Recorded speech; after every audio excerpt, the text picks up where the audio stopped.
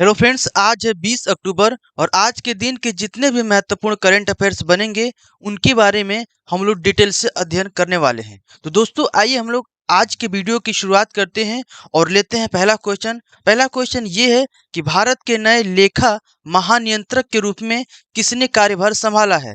तो इसका सही होगा ऑप्शन नंबर बी राइट होगा, भारती दास। ये भारती दास हैं जिन्होंने लेखा महानियंत्रक के रूप में नए तौर पे कार्यभार संभाला है। देखिए, सिविल लेखा सेवा अधिकारी भारती दास ने 18 अक्टूबर 2022 को नए लेखा महानियंत्रक अर्थात सीजीए के रूप में कार्यभार संभाला है।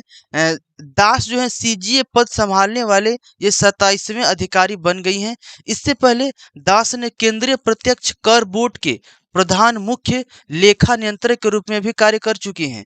सीजीए क्या होता है कि यह केंद्रीय सरकार के लेखांकन मामलों पर प्रधान सलाहकार होता है। जो भी सीजे होता है सरकार का मेन सलाहकार इसको बोला जाता है, प्रधान सलाहकार बोला जाता है। अगर हम बात करें प्रथम सीजीए कौन था, तो प्रथम सीजीए थे सी एस स्वामीनाथन। कब से, तो 1976 से 1977 के बीच में ये प्रथम आपके सीजीए थे एस स्वामीनाथन। इसके बाद दूसरा क्वेश्चन है 2022 के सर सैयद उत्कृष्टता पुरस्कार के लिए किसे सम्मानित किया गया है।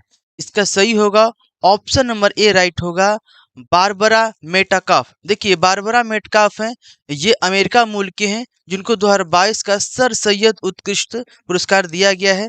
देखिए अमेरिकी इतिहासकार और दक्षिण एशियाई इतिहास और इस्लाम के अंतर्राष्ट्रीय स्तर के प्रशंसक विद्वान बारबरा मेटकाफ ने 17 अक्टूबर को 2022 सर सैयद उत्कृष्ट अंतर्राष्ट्रीय पुरस्कार प्रदान किया। उन्होंने भारत और पाकिस्तान के मुस्लिम आबादी के इतिहास पर विस्तार से लिखा, विस्तार से विश्लेषण किया था। यह वार्षिक पुरस्कार अलीगढ़ मुस्लिम विश्वविद्यालय एएमयू द्वारा इसके संस्थापक सर सैयद अहमद खां की जयंती पर दिया गया। यहाँ से हमको इतनी जानकारी मिली। इसका नेक्स्ट लेते हैं। हाल ही में किस भारतीय निशानेबाज ने आईएसएसएफ विश्व चैंपियनशिप में रजत पदक जीत लिया है।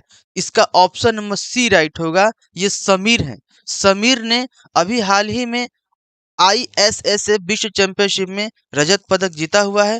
देखिए भारतीय पिस्टल निशानेबाज समीर ने 17 अक्टूबर 2022 को मिस्र के काहिरा में अंतर्राष्ट्रीय निशानेबाजी खेल महासंघ आईएसएसएफ विश्व चैंपियनशिप की 25 मीटर रैपिड फायर पिस्टल में उन्होंने रजत पदक जीता। अब बात आई है कि इन्होंने रजत पदक जीता है तो स्वर्ण पदक किसने जीता है।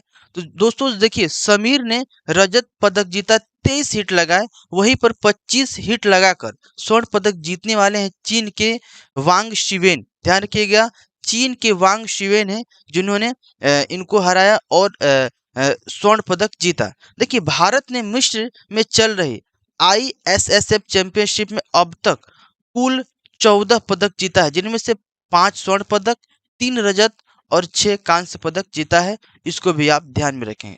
इसके बाद अगला लेते हैं। दुबई में शुरू हुआ 22वां विश्व ब्लॉकचेन शिखर सम्मेलन, ये क्या है इसको समझते हैं। देखिए विश्व ब्लॉकचेन शिखर सम्मेलन का 22वां वैश्विक संस्करण 17 से 19 अक्टूबर 2022 में दुबई में आयोजित किया गया है। देखिए शिखर सम्मेलन ब्लॉकचेन पर बातचीत और कार्यवाही शुरू करने के लिए सरकार और निवेशकों सहित विशेषज्ञों का एक साथ लाने का प्रयास किया गया है। अगला शिखर सम्मेलन की अगर बात करें तो 2022 में बैंकॉक में आयोजित किया जाएगा। ब्लॉकचेन एक विकेंद्रीकरण तथा वितरित बही खाता है जो डिजिटल संपत्ति के स्वामित्व का रिकॉर्ड इकट्ठा करने का कार्य करता है। इसके बाद नेक्स्ट लेते हैं। किस जेवलिन थ्रोअर ने नेशनल ओपन एथलेटिक्स में स्वर्ण पदक जीत लिया है। इसका ऑप्शन नंबर ए राइट होगा, डीपी मनु। ये डीपी मनु है जिन्होंने स्वर्ण पदक जीता है। देखिए भारतीय जेवलिन थ्रोवर डीपी मनु ने 18 अक्टूबर 2022 को बेंगलुरु में नेशनल ओपन एथलेटिक्स चैंपियन में 81.13 मीटर की सर्वश्रेष्ठ थ्रो के साथ पुरुषों की प्रतियोगिता में स्वर्ण पदक जीत लिया है। इनका दूरी याद रखिएगा, उन्होंने 81.23 मीटर की दूरी तय की है इसमें भाला फेंक कर। देखिए मेन खास बात यह है कि किसी अन्य एथलीट्स ने 80 मीटर का आंकड़ा पार नहीं किया था, लेकिन उन्होंने 81.23 मीटर का आंकड़ा पार किया।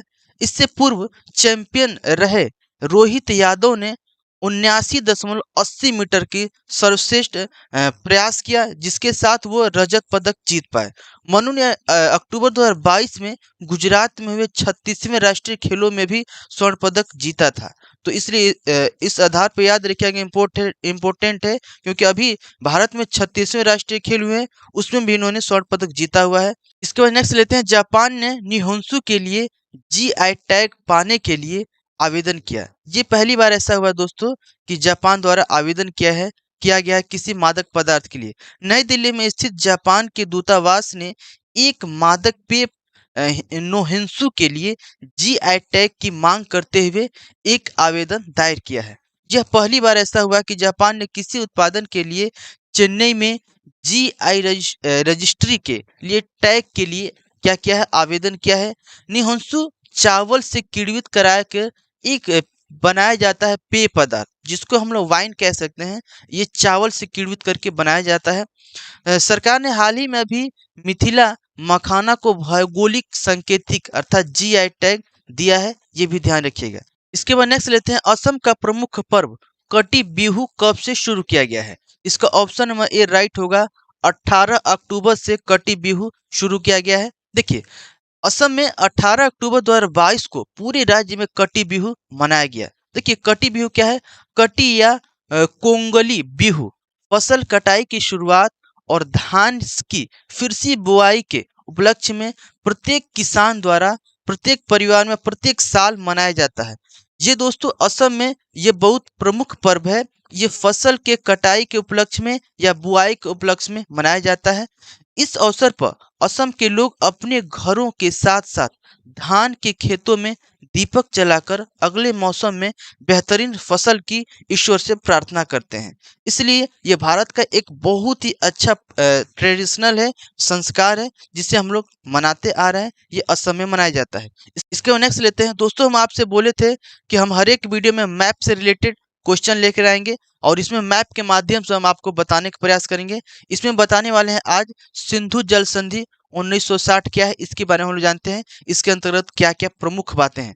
दोस्तों, अगर बात करें सिंधु नदी बेसिन में, तो सिंधु नदी बेसिन में प्रमुख 6 नदियां हैं: सिंधु, झेलम, चिनाब, रावी, ब्यास और सतलुज।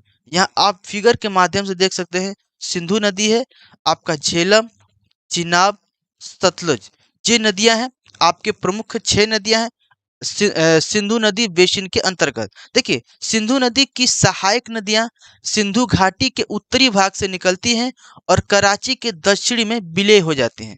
कराची के दक्षिण में क्या होती है दोस्तों? विलय हो जाती हैं।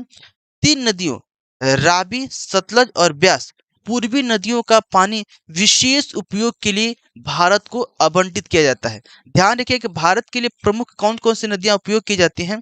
देखिए हैं आपका रावी नदी, सतलज नदी और ब्यास नदी। सतलज है, रावी और ब्यास नदी आपके इसी साइड में पड़ते हैं।